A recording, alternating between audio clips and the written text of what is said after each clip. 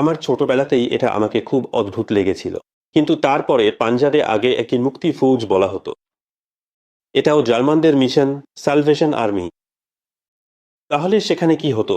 যখন আমি ছোট ছিলাম, বাবার সঙ্গে গিয়েছিলাম। সেটা ছিল একটা চার্চ, রেলওয়ে ফটকের পাশে, বাটালায়। সেখান থেকে প্রায় 16-17 কিলোমিটার দূরে ছিল একটা বড় শহর। সেই শহরে ছিল ওদের সালভেশন আর্মির চার্চ। তাহলে ওখানে গিয়ে প্রথমবার যখন চার্চে গেলাম, তখন একটু বোঝার মতো বয়স ছিল। সেখানে একজন ইংরেজ ভাষণ দিলেন। এখন আমাদের তো ইংরেজি জানা নেই।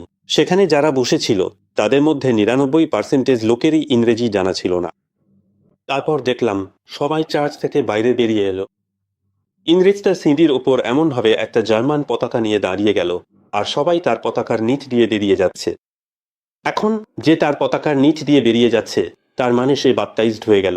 মানে একভাবে সে সালভেশন আর্মিতে যোগ দিল, তাই না? আমার ছোটবেলাতেই ব্যাপারটা খুব অদ্ভুত লেগেছিল।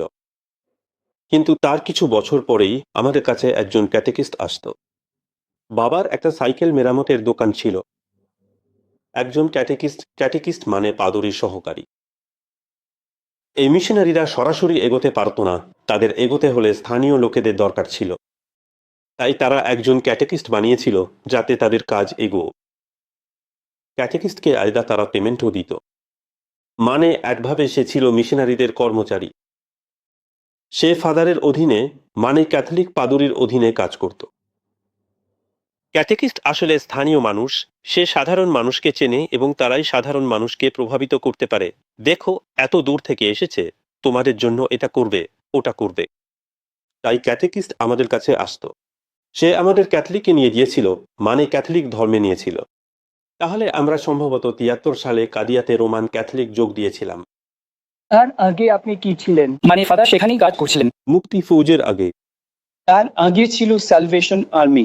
আমরা মুক্তি ফৌজে ছিলাম, তারপর 73 সালে ক্যাথলিকে এলাম।